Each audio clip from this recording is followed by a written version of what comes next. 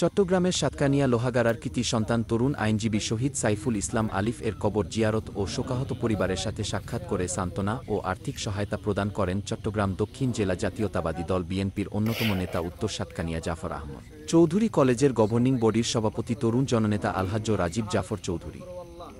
এই সময় উপস্থিত ছিলেন বিএনপি নেতা ইলিয়াস বাবুল, অধ্যাপক জালাল আহমদ, বাজালিয়া ইউনিয়ন বিএনপির সাবেক সাধারণ সম্পাদক মাহাতাব চৌধুরী সহ সাতকানিয়া উপজেলা বিএনপি ও অঙ্গ সংগঠনের নেতৃবৃন্দ।